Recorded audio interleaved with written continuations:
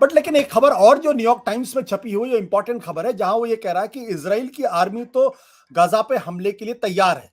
लेकिन उनकी सरकार के अंदर इस बात को लेकर मतभेद है। Israel army is ready to invade Gaza, it's divided government may not be. यानी सरकार के अंदर मतभेद है इस बात को लेकर। उसमें यह भी इस खबर के अंदर यह दिखाया गया है कि काफी गहरे मतभेद है, और नेतन्याहू तब तक जमीनी हमले के लिए तैयार नहीं होंगे जब तक कि कोई आम राय नहीं बनती, और आम राय फिलहाल बनती भी दिखाई नहीं पड़ रही। इसका मतलब यह कि खुद जो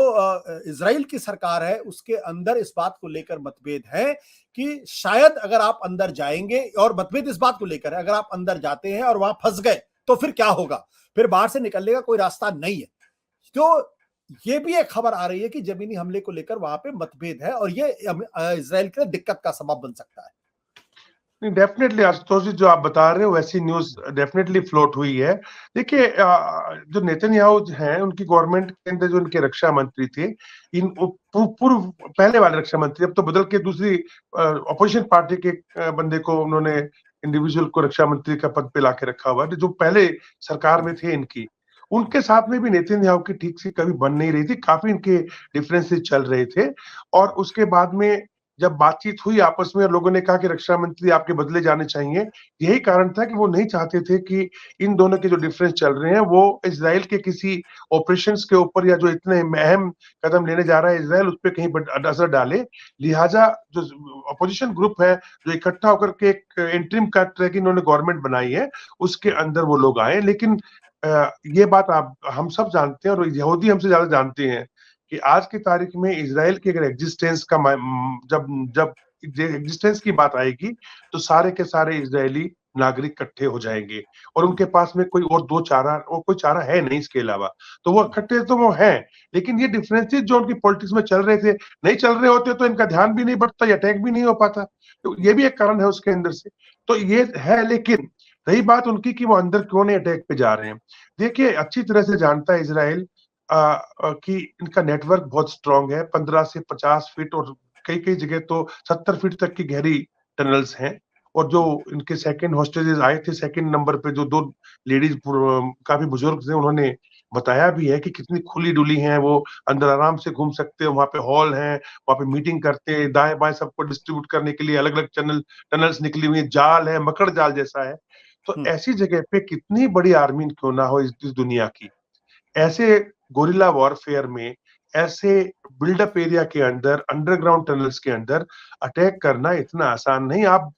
अगर अपने लोगों की कुर्बानी देना चाहते बिना वजह के, तो आप दे दीजिए, वो जो कोई भी अच्छी सेना नहीं करेगी। लिहाजा हमारे को सुनने में जो आ रहा है अब ये है कि ये मेन जितने भी लोग इन्होंने कैप्चर किए, उनसे इंफॉर्मेशन निकाल के इन टनल्स को जो है डिस्ट्रॉय किया जा रहा है, इनके जो ओपनिंग्स है उनको डिस्ट्रॉय किया जा रहा है। और यहाँ तक खबर है कि अभी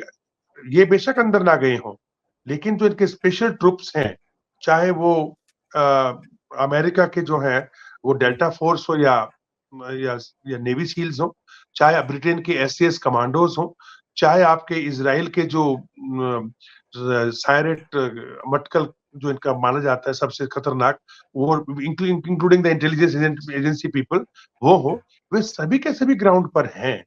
ग्राउंड पे इंफॉर्मेशन निकल के आ रही है, तभी तो बता रहे हैं कि कहाँ कहाँ पे कमांडर मारे जा रहे हैं, कहाँ हम क्या कर रहे हैं। ये भी खबर आ रही है कि नर्व गैस का इस्तेमाल करने की कोशिश है इन लोगों की through delta force of America, ताकि अगर टनल्स के अंदर नर्व गैस डाली जाए तो इन लोगों को बाहर निकाला जाए। दूसरा एक पॉइंट ऑफ व्यू ये भी आ रहा है कि इन टनल्स के को समुद्र के पानी से कोई अरेंजमेंट करे, क्योंकि इजराइल तो एक्सपर्ट है समुद्र के पानी को लेफ्ट राइट घुमाने में, और वो इन टनल्स में डाल करके इन टनल्स को फ्लड कर दिया जाए, ताकि ये लोग बाहर निकलने में मजबूर हो। लिहाजा अपने लोगों की कैजुअलिटीज बिना वजह के ऐसे बिल्डअप एरिया में करने के बजाय समझदारी है कि बॉम्बार्डमेंट से, या हैवी आर्टिलरी से, या मिसाइल सिस्टम से, इंटेलिजेंस ऑपरेशंस के साथ में, इंक्लूडिंग योर कमांडोज, ये अलग अलग पॉइंट्स पे पहले अटैक कर रहे हैं, वहां से इनके लीडर्स को उठा रहे हैं, उनको टॉर्चर करेंगे या उनको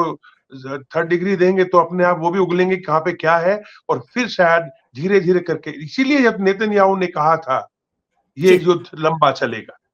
बट लेकिन कर्नल साहब यहाँ एक बात है कि जब आपने कहा ना कि अगर हमारे यहाँ नर्व गैस डालते हैं या फिर समंदर का पानी अगर टनल्स के में डालते हैं, तो अभी तो किसी को यह पता नहीं कि दरअसल ये बंधक कहाँ है, हो सकता है उन बंधकों के बीच में, और वैसे बंधकों की जान को खतरा हो सकता है। तो ये भी रिस्क तो इजराइल लेना नहीं चाहेगा, क्योंकि अगर उनके अपने बंधकों की अगर मौत हो गई तो आज जिस स्थिति में खुद नेतन्याहू की अपनी सरकार है, वो तो एक दिन के लिए अपनी कुर्सी पर नहीं बच पाएंगे फिर। देखिए, नेतन्याहू की तो कुर्सी वैसे भी नहीं बचेगी, क्योंकि इतने ज्यादा फ्लो हो चुके हैं और इतने ज्यादा चीजों की जवाबदेही देनी है। जब ये चीज शांत हो जाएगी तो वो वैसे भी नहीं बचेंगे। रही बात बंधकों के भी खत्म हो जाने की, नेतन्याहू इस बात को क्लियर कर चुका है, इजराइल और नेतन्याहू ने, कि हम एट द कॉस्ट ऑफ जितने बंधक हैं आप उनको बेशक मार देना, लेकिन हम रुकने वाले नहीं है। नंबर 2 ये क्लियर हो चुका है, पहले क्लियर। नंबर 3 अब खुद हमास कह रहा है कि 55 के करीब इनके बंधक जो है, 55 लोग वो मारे जा चुके हैं बम्बार्डमेंट में। बट हम लोगों ने कोई रिएक्शन देखा क्या इजराइल का? कोई रिएक्शन नहीं है वहां पे। तो हाँ, जो इनके पेरेंट्स, जो इनके फैमिलीज हैं, वो लोग जरूर जो है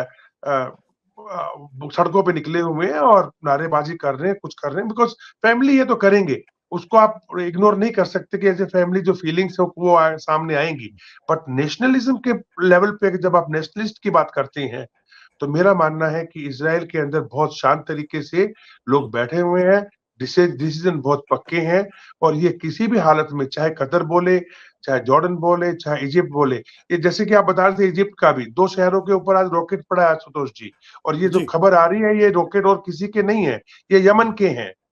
यमन ने मारे हैं, और यमन ने, खबर ये आ रही कि यमन ने इसलिए मारे हैं क्योंकि वो परमिट नहीं कर रहे इन लोगों के लिए बॉर्डर क्रॉस करने के लिए। और वो यमन का मानना है कि आप इजराइल के हितैषी हैं और इजराइल के मित्र हैं, अमेरिका के मित्र हैं।